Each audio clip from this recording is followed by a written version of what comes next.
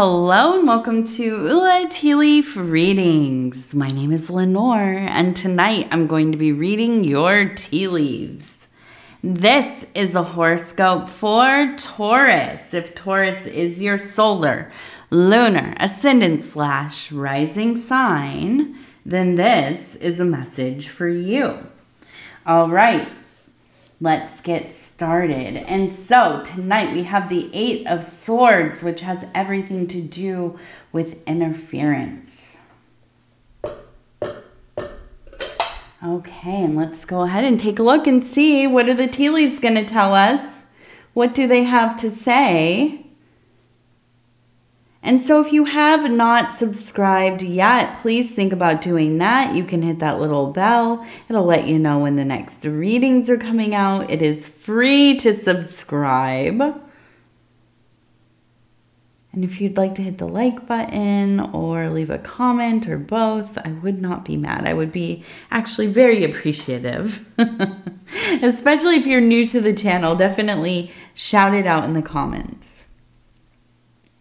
Okay, so the first thing that really, there's been a few things to stand out, but here we have, it looks like a person who is cutting, and you can see their hand kind of down here with a knife, cutting the flowers, okay? So out in the garden harvesting some flowers, and I feel like over here we have, it looks like a very tired Knight of Discs.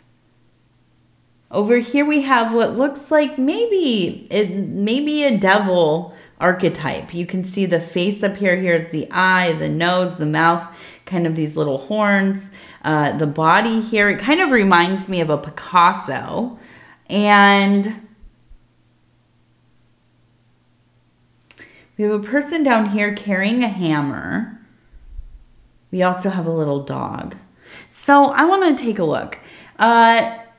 We absolutely have emanations of love here, okay? Some kind of maybe courtship, dating, maybe you're already in a relationship, but there is a desire to really show off your love to them, Taurus. And you're a romantic, you're a Taurus. You like to make these kinds of sweet, thoughtful gestures. And I can feel, this is kind of your happy place, is to be connected with somebody, getting to know somebody, continuing to upkeep a relationship and be very involved with them, okay?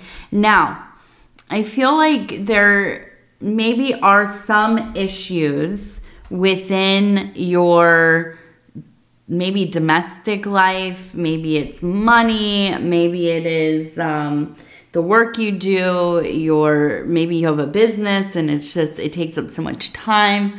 Maybe you're raising kids and they're younger and you're just absolutely worn out. Whatever it is, I feel like there is a weariness, okay? But it doesn't detract from your love, right? This is something that you prioritize. But I will say now with this kind of devil energy in the back, I feel like at times it's almost maybe on the verge of overthinking, or maybe almost kind of like a fixation or obsession, or just you get so wrapped up in something that you kind of put on blinders to everything else that's going on around you. And I feel like, depending on your partner, of course, now some people like this kind of attention, and then there are people who don't. They don't like to be focused on all the time. They don't want a relationship that is so close in this way. And I think that, sometimes, you run into these issues. So I feel like there is this energy of maybe tempering yourself a little bit. But I also feel like where your inclination to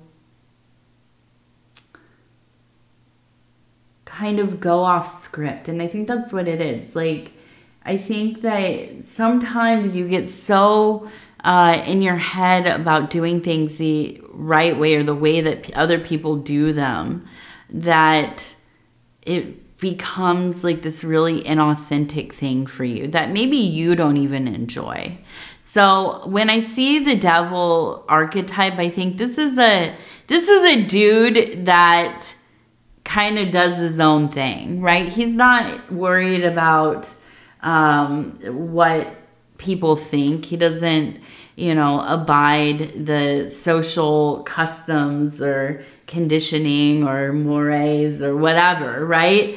This is somebody who's going to kind of live in their sensations, going to live in a place of, you know, following their whims, you know, within reason, right? We got to remember within reason. So I feel like it's a time here where maybe you are a little bit lost in love and maybe it is interfering with your life a little bit. But I think that, you know, ultimately love is kind of the focus of your life. And maybe not just romantic love, of course, but love of many things and many people in different ways. And so I feel you kind of coming to an awakening in this moment, right? I'm going to maybe like pump the brakes a little bit, right? I'm going to maybe take my time a little bit. Now, we have the person here that's holding the hammer. We also have the dog, okay? And so I do feel like this is a part of self. This is like that higher thinking, that daemon. Not to be confused with demon. Daemon. D-A-I-M-O-N. It is a aspect of self, our conscience, our guardian angel, the kind of, you know, unconscious savior to our, you know, many choices that we make throughout the day. There's this part of ourself that wants to lead us in a productive, safe direction, right? And that's the daemon. So I see this and I feel like, yeah, there is kind of this little bit of smashing of illusion or even compulsion, right? Love, like anything that makes us feel good, can get to be, you know, an addiction, a habitual thing, a thing that it's all we live and breathe and wake up for. And that's fine to some degree, right? But we have to be able to function in other parts of ourselves.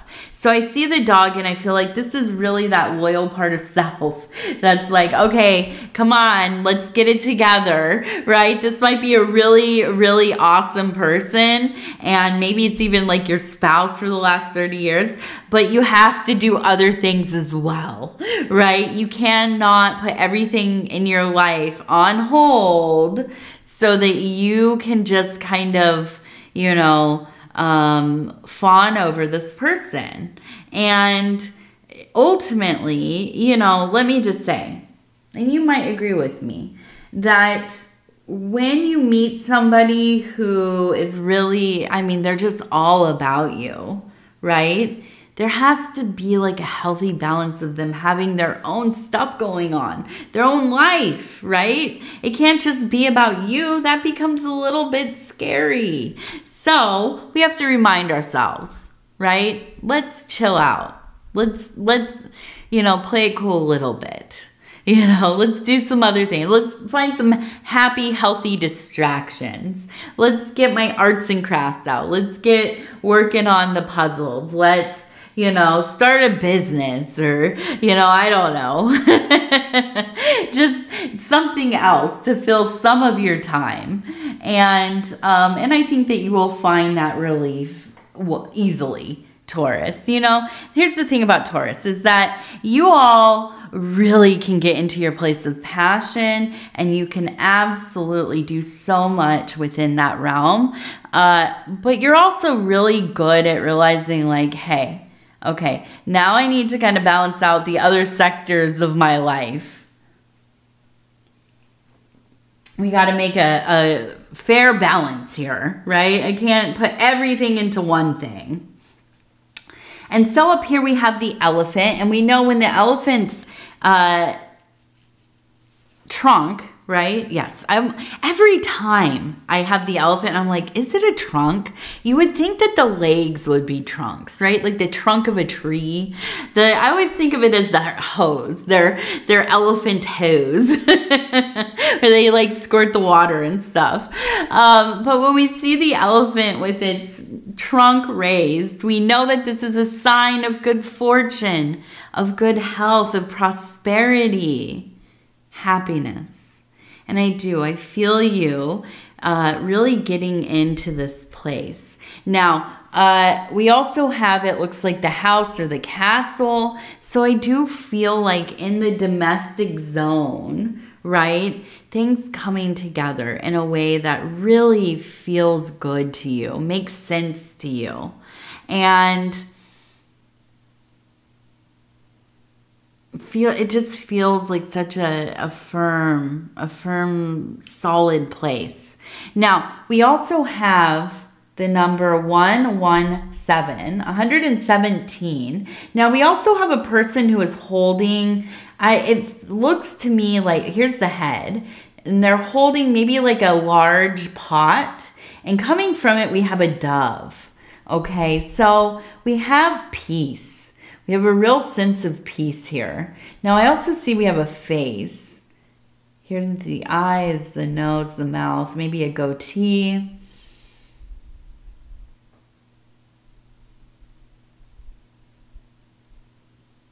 So I want to use my clarifying cards. I'm going to try to use these as much as I can remember because I keep forgetting they're over here. And I'm trying something new. I'm not saying I'm going to keep the oracle cards, but I might. I don't know. These are the Oracle of the Radiant Sun cards, and we're just going to pick a couple. And I want them to clarify, like, where's this peace coming from? Okay, what are we going to do to get to this peace? And so I'm going to flip through. I'm going to stop where it feels right here. We're just going to flip it over. It says, okay, innovation. Yeah, absolutely. This is exactly what I'm thinking, right? This is a time to put your efforts, split that, attention into other things, okay? And into a place of creativity, of innovation, absolutely one of the best things we can do. Now, I'm going to flip another one, and it says control. Okay, so yeah, the control is a big deal here, right? Learning to control our desires, our wants, our needs, and how we move towards those things. Super important. One more, achievement. Okay, so I do feel like ultimately, and look at this, it is, and it is kind of this, now I don't know if this is a fort, it looks like a castle because it has gardens next to it, but we have the castle just like we saw over here in the, where did it go? Where's the castle? Oh, up here, right? Just like we saw in the, this picture right here with the elephant and the castle, and yes, okay. So, let's just move these over here. So, yeah, ultimately, I think this really just reiterates what we're talking about. But I feel like if you put some of this like love, lust, desire, love into these creative processes, into these money-making processes that you have going, you would be on top of things, right? I feel like it would just be flowing so freely.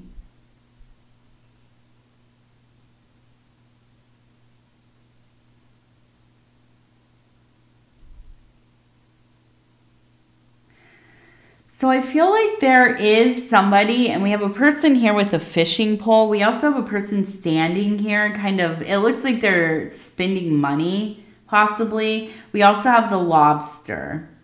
We have a key up here.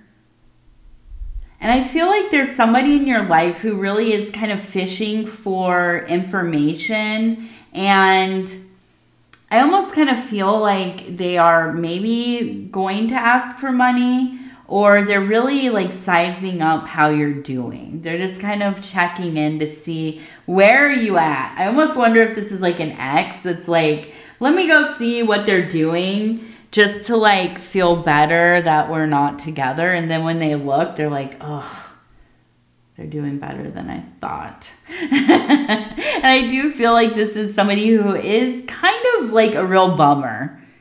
I hate to say it. I'm sorry for whoever I'm talking about, but this feels like a person who is very prone to kind of emotional manipulation, but they really just feel terribly about themselves.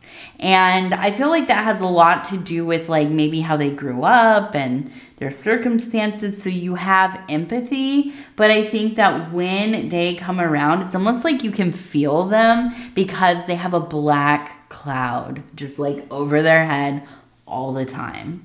And I feel you kind of, you know, thinking, I'm gonna continue to go this way. I'm going this way, this way. Which way are you going? I'm going the other way. Nice to see you. Take care, you know? And I feel like you just stay on your grind here.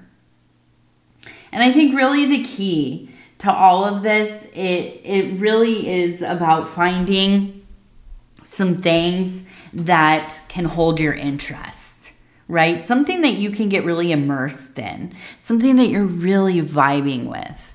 And if you can find that, then I think it will help you so much balancing everything out.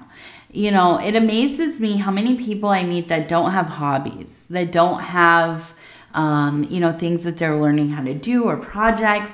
And maybe they're just kind of, they feel like they're stuck in a loop, right? They can't find any kind of thing to pull them out of the murkiness that they're in. They're having a hard time focusing. They're, you know, it feels like life is always the same. It's just the same thing over and over and over, and there's nothing that means that much. Well, it's not going to land in your lap, right?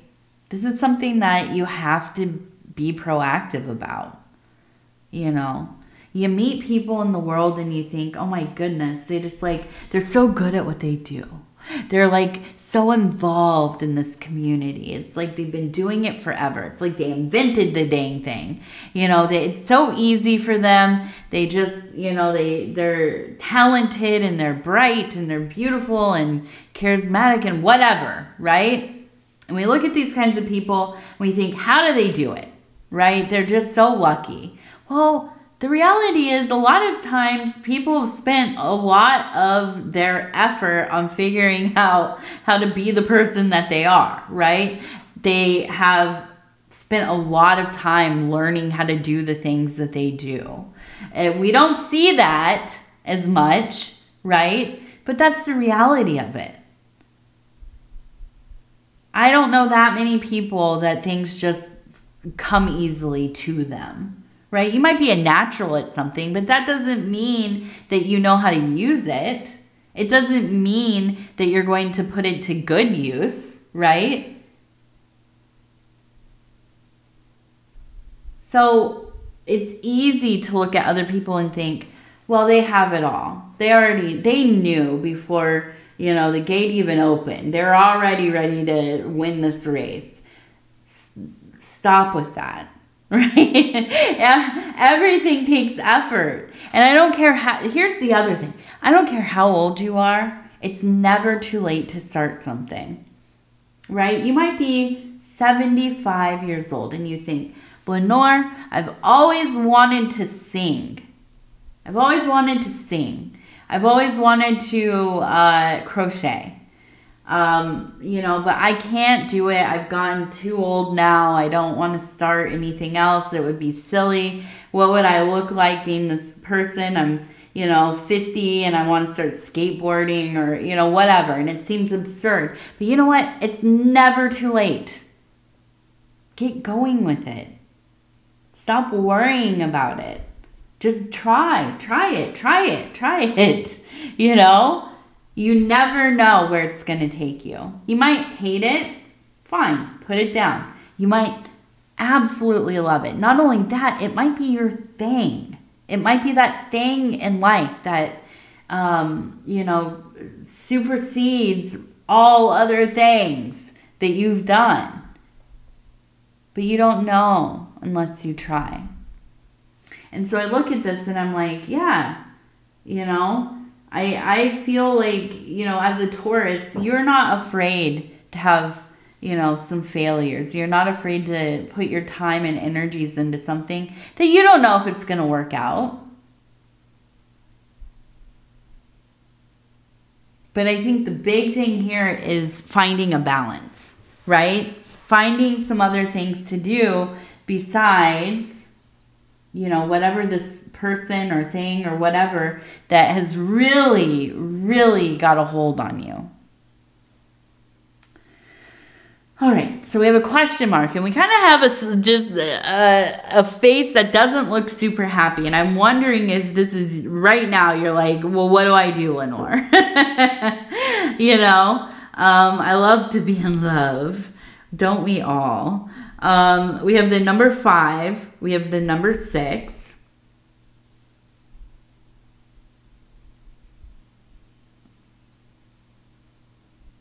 We do have a fish and we have a bird. So there is news of money coming through soon. Something maybe unexpected. Or maybe it's something you gave up on. You just thought, no, this is never going to actually come through. I'm not even going to count on it. And here it is. It will be coming soon. It looks like it in the cards, or not the cards, the tea leaves anyways. All right, let's take a look. We're going to do our self-care affirmation cards, and I'm going to flip through. I'm going to stop where it feels right. It says, the sacred temple. My body is a sacred temple. I care for my physical self with exercise, nourishing food, and deep rest. I treat my body like a treasured temple. I treat my body like a treasured temple. All right. Taurus, I'm going to go ahead and tell you I love you because I do, and I thank you so much for spending this time with me. It is always such an honor to be able to bring these messages to you. And if you would be so kind as to like the video, it really does help the channel. And if you have not subscribed yet, please think about doing that. You can hit that little bell. It'll let you know when the next readings are coming out. It is free to subscribe. And if you'd like to leave a comment, please do. I read them all. They mean the world to me. And if you're new to the channel, definitely shout it out in the comments. All right, Taurus, I love you. I love you. I love you. We'll talk very soon. Take care of yourself. Good night. Good night. Good night.